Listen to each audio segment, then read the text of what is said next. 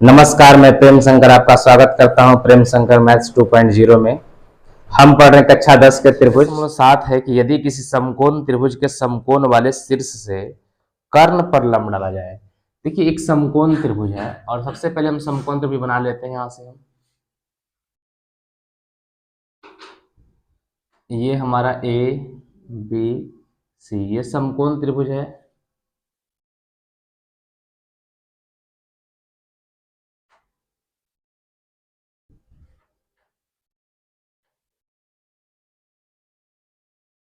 समकोण त्रिभुज है, इसका शीर्ष मान लेते कि ये समकोण है, ये वाला, ठीक है। और इससे क्या डालना है, हमें लंब डालना है यहाँ पर एक। तो यहाँ पे हम नाम देते हैं इसका डी। तो यही हम लिखेंगे कि एक समकोण त्रिभुज के समकोण वाले शीर्ष से कर्ण पर लंब डाला गया है। और यहाँ पर दिया हुआ है हमें कि कोण ए जो है वो भी 90 है, और यहाँ जो डी है ना, यानी कि जो ए डी है वो लंब है बीसी पर। यह बात हमें दी हुई है। अब हमें सिद्ध क्या करना है, तो सिद्ध करना है हमें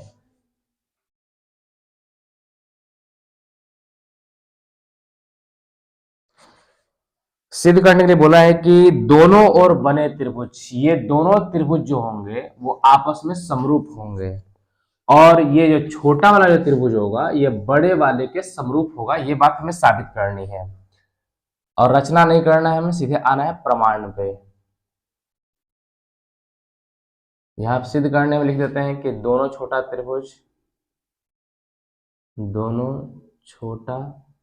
त्रिभुज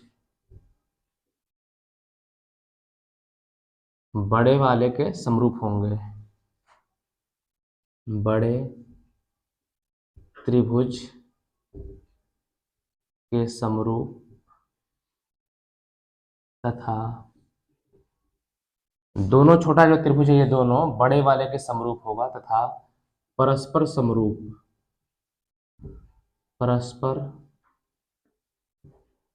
समरूप है। ये बात हमें साबित करनी है। चलिए देखते हैं। सबसे पहले हम ले लेंगे इधर वाला जो त्रिभुज है, ये वाला त्रिभुज, और छोटा वाला और बड़ा वाला। तो त्रिभुज ले लेंगे हम, त्रिभुज ए बी डी तथा त्रिभुज ए बी सी में। त्रिभुज ए बी सी में हम ये वाला त्रिभुज ले रहे हैं। इधर जो छोटा वाला त्रिभुज है ये त्रिभुज हमारा ए बी, ये त्रिभुज हम ले लिए, और एक पूरा बड़ा वाला ले रहे हैं। तो आप देखिएगा कि ये जो कोण है हमारा, ये एंगल बी, ये इस छोटे वाले में भी है और पूरे बड़े वाले में भी उतना ही है। तो सबसे पहला नंबर बोलेंगे कोण बी बराबर कोण बी उभयनिष्ठ।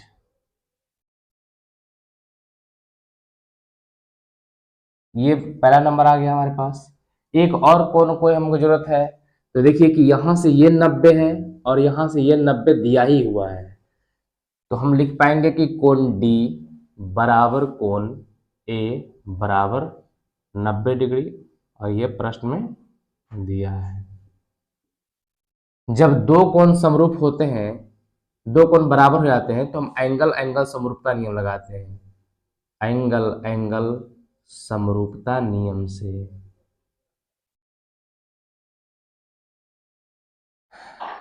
ट्रायंगल समरूप ट्रायंगल नाम यहीं से ले लेंगे। पहले बी है तो इधर बी के बराबर है, डी जो है वो ए के बराबर है। इस वाले ट्रायंगल में बच क्या गया हमारे पास, ए बच गया,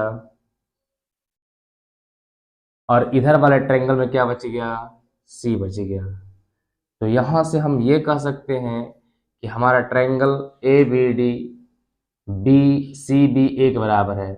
या अगर इसको थोड़ा सा हम परिवर्तन करें, अगर इसको नाम हम ए बी सी में ले आना चाहें, तो ट्रायंगल ए को सबसे पहले ला रहे हैं, यानी कि ए बी सी उल्टी क्रम से लिखना चालू कर रहे हैं। देखिए ए बी सी उल्टी क्रम से लिख रहे हैं, तो इसको भी उल्टी क्रम से लिखेंगे हम।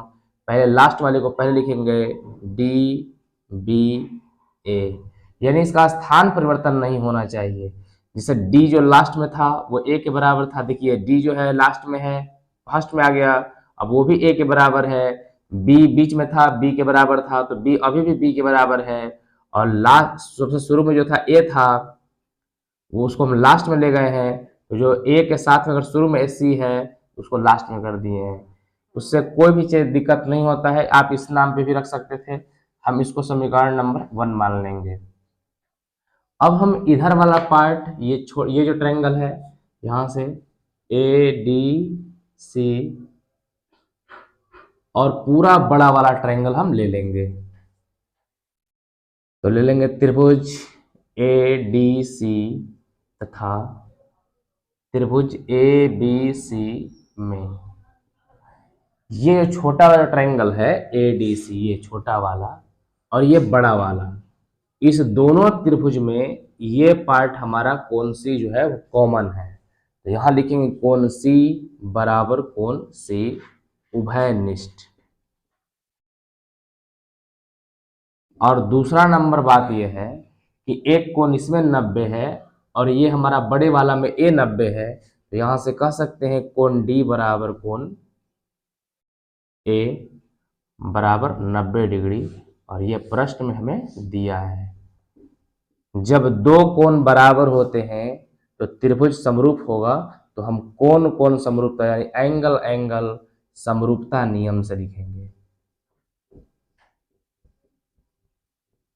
एंगल एंगल समरूपता नियम के आधार पर हमारा एंगल, देखिए अब नाम यहाँ पे ABC लिए हैं तो हमको लास्ट में ABC ही आना चाहिए। सबसे पहले अगर हम A ले लेते हैं, A किसके बराबर है D, तो सबसे शुरू में हम D को ले लेंगे। C जो है किसके बराबर है C को, तो C को अगर हम लास्ट में रखते हैं तो C को भी हमें लास्ट में रखना पड़ेगा। नाम बच क्या गया है, तो इधर वाले में बच गया B और इधर वाले में बच कौन गया, D हो गया और C हो गया, तो बचा कौन A। ये हो गया हमारा समीकरण नंबर 2।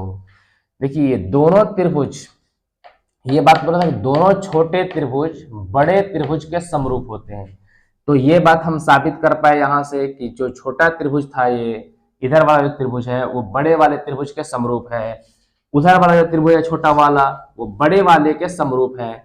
और एक लाइन ये बोला गया है कि परस्पर समरूप है।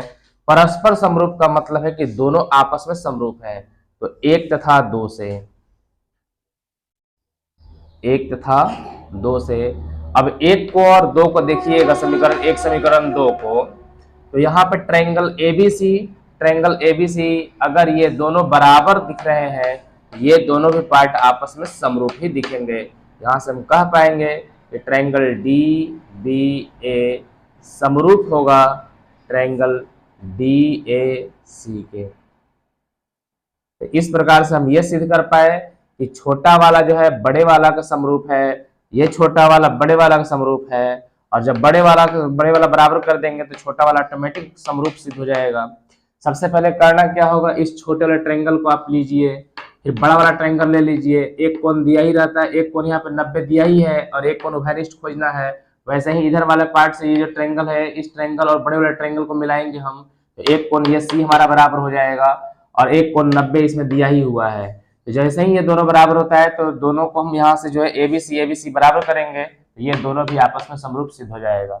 इसी थ्योरम की सहायता से हम लोग पाइथागोरस प्रमेय को सिद्ध करेंगे। तो आइए देखते हैं पाइथागोरस प्रमेय।